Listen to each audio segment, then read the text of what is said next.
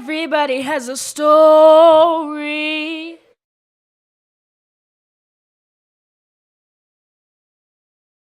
Give me a little test. You speaking there? Testing 1, 2, bitches. That's what's up. That's what's up.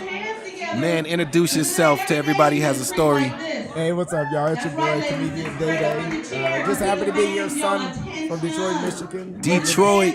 Living in Arizona now. Yeah. Man, that's a transition, huh? There's a lot of white people here. There's several numbers. It's like Chips Ahoy, but the opposite. Yeah, I like it, man. Thanks for letting me be on here, man. Man, I'm glad, man. I'm glad you're here, man. Get you on, you know. What's the name of the podcast? The name of the podcast is called I Want to Be a Comedian. Oh, what's up? Yeah, see, so I'm interviewing comedians and whatnot and getting to know y'all and y'all get to know me and I'm trying to learn from from y'all that's out there doing it, man.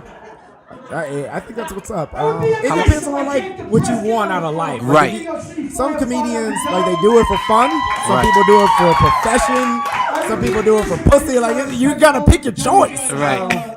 For me, no. I've been doing it for almost 5 years. Okay, I see you. Okay. Yeah. I like it. You're all high tech in this motherfucker. No, that's how we gotta do it. This is fancy. No, I've been doing it for 5 years. I've done it in a ton of different states. I've been in Minnesota, Iowa, Arizona, obviously, Detroit. I just like to have fun and make people laugh. I think that profession is so underrated, but right. it's so needed in a world that there's so much crazy shit. So I have fun. I like to talk about me and my experiences and shit that I think are funny and make other people laugh. What was your favorite show that you've done? I had a show in the Improv, Tempe Improv. Okay. That's probably one of my favorite because it's so legendary. Right. But again, it's only like 6 minutes, and it's like, here's a mic, right. Do what you do. That was a fun show. I performed in Indiana. They have Indiana. They have a show. They have a comedy club called Crackers Comedy. Wow, you performed at Crackers Comedy. I performed for Crackers at Crackers. Like it was Crackers at Crackers. It was crazy. That was a fun show.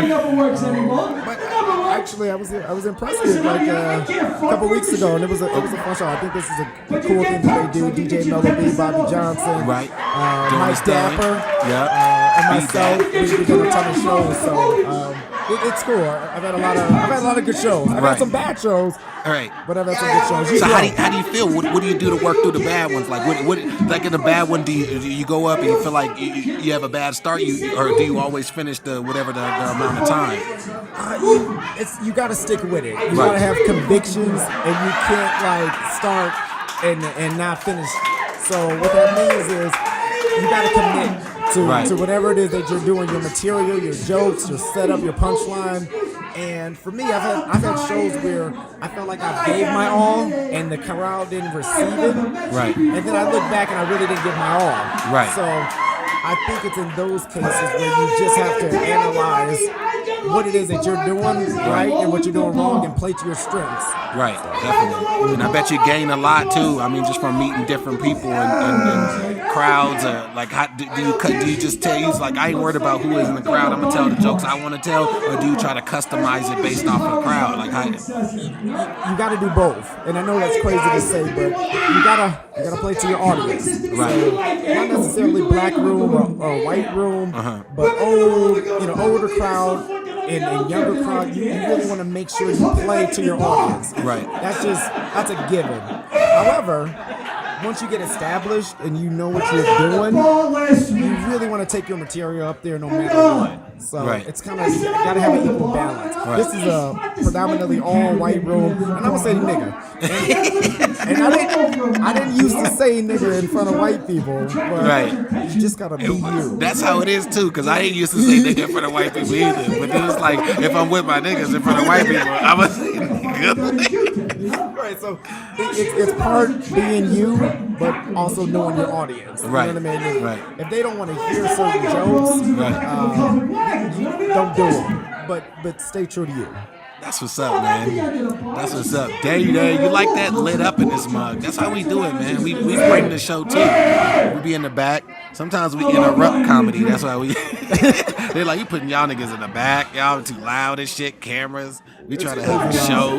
We having 2 shows at once. The game on too. I don't know what's going on. Playoffs happening. My team just lost. Fuck the Seahawks. I hate the Seahawks right now. I'm New Orleans all day long. Nolans, baby. That's how we do it. I was rooting for him. I met Drew Brees once, and he's like a stand-up dude. You know what I mean? Man, he seemed like it, bro. So yeah, I feel like he's one of those white people that like niggas. Like, obviously. like shake my hand. Yeah, he going out there saving people with Katrina and shit. He must love them niggas, black man. babies. I know. Yeah, she says that. That's what's up, man. Sure. Shout out to Drew Brees. If you That's right, Drew. You better. Everybody has a story, man. Everybody has a story. I just see that impersonation you did of your dad when you bounced off, man. And my impersonation would have been. I felt you. I understood, but I was also kind of jealous because sometimes I wish my dad would have left. That nigga bust your head. I'm like, I'm gonna do an impersonation of my dad. I need somebody to throw a bottle at my head from the back room. You know. I like that. You ready? I'm not gonna duck this one. I want real. I'm going for reality right now. But yeah, man, it's been real dated, man. Thank you for coming up here, chilling with me. Go, Key. Everybody has a story. Heard it here first, and we out.